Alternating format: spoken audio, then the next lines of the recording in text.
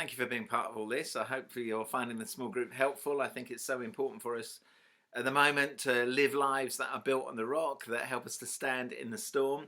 And whether that's us as individuals or as a whole church, we just need to be people who are able to go through the crises and to stand through it. And Jesus says you'll do that as you put my words into practice, which of course leads us to the first point, really, which is where Jesus says this this verse that just so challenging about how we need to be people who put it into practice, not just say it. Not everyone who says to me, Lord, Lord, will enter the kingdom of heaven, but only those who do the will of my Father. So it's doing the kingdom of God that leads us to the kingdom of God. And it's doing rather than saying we'll do it. Jesus' story of the son who says he will and then doesn't is, he's written off, whereas the son who doesn't say he will, but then changes his mind, so there's hope for us all, and actually does it, then he's the one who is approved and blessed and part of the kingdom, part of the family. So we need to be doers of the word, and it would just be great to talk about some of the ways you feel that you're putting into practice your faith. What does it look like for you on a daily basis in terms of your own devotions or your own discipleship, your situation and your 9 to 5 on your front line? What does it look like for you to be doing the word, to doing the things of the kingdom? What are you doing that's making a difference for the kingdom of God, and it's not just words? So, and it would be great to encourage each other as you think about those things and to pray and support one another.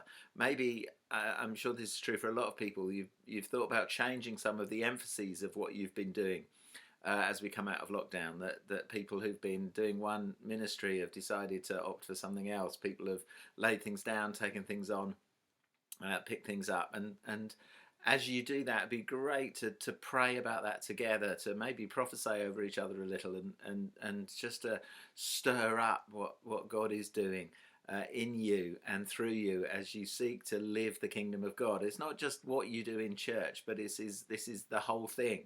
The whole of our life, how we're doing with our enemies, how we're doing with those who persecute us, how we're doing in our workplace where we're trying to bless the humble and lift up the meek and do all the stuff that the kingdom of God is all about. So do spend some time thinking and praying about that. That would be great.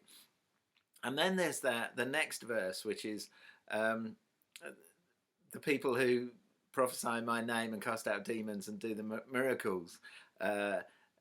Some of them will hear the words, I never knew you. And again, it's an opportunity to talk about the intimacy that we have with Father, what it looks like, what our relationship with God looks and feels like to us. And I think it's important not to get tied into one way of doing that,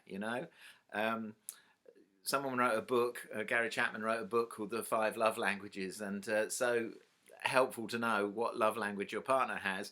Maggie's is cups of tea. And so that we can love people in the way they like to be loved. And actually, when it comes to our relationship with God, we have different ways that we enjoy that. And for some, it is gifts. Some it is words. For some people, it is doing the stuff together.